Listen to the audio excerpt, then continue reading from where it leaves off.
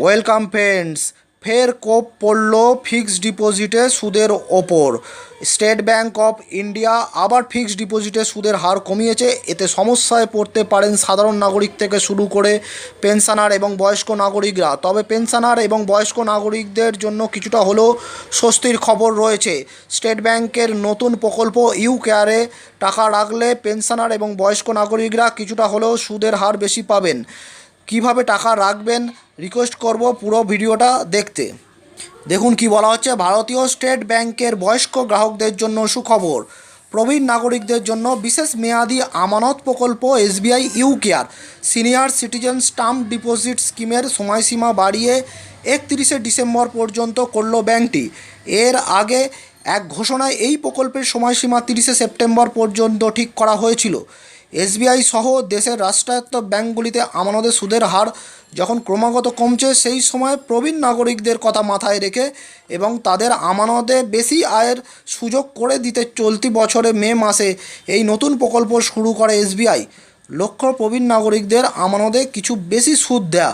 নতুন মেয়াদি আমানত প্রকল্প এবং মেয়াদ উত্তীর্ণ প্রকল্পের পুনর্নবীকরণের ক্ষেত্রে প্রবীণ নাগরিক গ্রাহকদের এই সুবিধা দেওয়া হচ্ছে।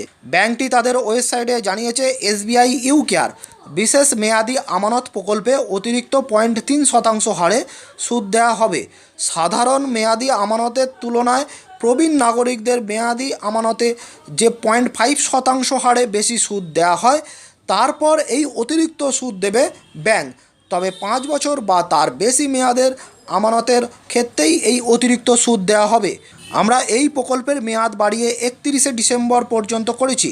অন্যদিকে নির্ধারিত কিছু মেয়াদি আমানতের সুদের হার কমিয়েছে দেশের সব থেকে বড় রাষ্ট্রায়ত্ত ব্যাংকটি। 10ই সেপ্টেম্বর থেকে এই নতুন সুদের হার কার্যকর হবে বলে জানানো হয়েছে। এক্ষেত্রে 1 বছর থেকে শুরু করে 2 বছরের কম মেয়াদের আমানতের ক্ষেত্রে সুদের হার 0.2% কমানোর সিদ্ধান্ত নিয়েছে এসবিআই। এর ফলে সাধারণ গ্রাহকরা 4.9% এবং প্রবীণ নাগরিকরা 5.4% হারে সুদ পাবেন। সাধারণ গ্রাহকরা মেয়াদি আমানতের ওপর যে হারে সুদ পাবেন, প্রবীণ নাগরিকদের জন্য বিশেষ মেয়াদি আমানত প্রকল্পের ওপর তার থেকে মোট 0.8% সুদ দেবে এসবিআই। সাধারণ গ্রাহকদের ক্ষেত্রে 5 বছরের মেয়াদি আমানতের ওপর 5.4% হারে সুদ দিচ্ছে ব্যাংকটি। সেই হিসেবে কোনো প্রবীণ নাগরিক বিশেষ প্রকল্পে 5 বছরের জন্য টাকা রাখলে পরিবর্তিত হারে বার্ষিক 6.2% সুদ পাবেন। তবে মেয়াদ উত্তীর্ণ হওয়ার আগেই আমানত ভেঙে ফেললে 5.9% হারে সুদ হিসাব করা হবে। সেক্ষেত্রে অতিরিক্ত 0.3% সুদ দেওয়া হবে না, জানিয়েছে এসবিআই। অন্যদিকে গ্রাহকদের পাসবই রাখার বদলে ইমেল মারফত সেভিং অ্যাকাউন্ট সমেত সমস্ত অ্যাকাউন্টের বিবৃতি নিতে উৎসাহ দিতে আলাদা এক নির্দেশিকা জারি করেছে ব্যাংকটি।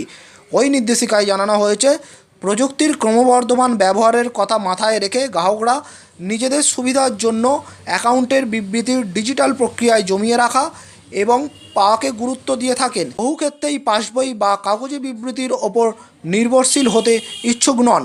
যে সমস্ত গ্রাহক তাদের ইমেল আইডি ব্যাংকে নথিভুক্ত করিয়েছেন, তাদের সমস্ত অ্যাকাউন্টের সম্মিলিত বিবৃতি প্রতি মাসে ইমেল করেও পাঠানো হয়ে থাকে। এই পরিস্থিতিতে এসবিআই শাখাগুলিতে গ্রাহকদের পাসবই নেওয়া বা না নেওয়ার সম্মতি দেওয়া এবং তা নথিভুক্ত ব্যবস্থা করেছে এসবিআই।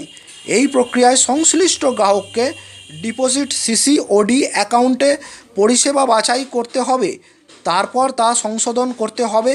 সংশোধনের পর ফের ডিপোজিট সিসিওডি অ্যাকাউন্টের অপশান খুলে যাবে। তার পরবর্তী পদক্ষেপ হিসাবে ও অ্যাকাউন্ট লেভেল কনসেন্ট অপশানে গিয়ে পাসবুক রিকোয়ার্ড বিকল্প পাওয়া যাবে। সেখানে গিয়ে হ্যাঁ অথবা না যে কোনো বিকল্প বাছতে পারবেন গ্রাহকরা। তারপর ট্রান্সমিট অপশান বাছাই করলেই গ্রাহকদের পছন্দ নথিভুক্ত হয়ে যাবে। যে কোনো সময় তাদের পছন্দ বদলাতে পারবেন গ্রাহকরা। সুতরাং দেখলেন যে সাধারণ নাগরিকরা যা সুদ পান, প্রবীণ নাগরিকরা তার থেকে 0.8% বেশি সুদ পাবেন। অর্থাৎ প্রবীণ নাগরিকরা এখন যে 0.5% যে সুদ বেশি পান, এবারে আরও 0.3% বেশি সুদ পাবেন। সব মিলিয়ে 0.8% বেশি সুদ তারা পাবেন এই এসবিআই ইউ কেয়ার যে প্রকল্প চালু আছে, যেটার লাস্ট ডেট কিন্তু 31শে ডিসেম্বর পর্যন্ত। তার মধ্যে যদি আপনারা করে রাখেন তাহলে কিন্তু আপনারা কিছুটা হলেও বেশি সুদ পাবেন। ধন্যবাদ।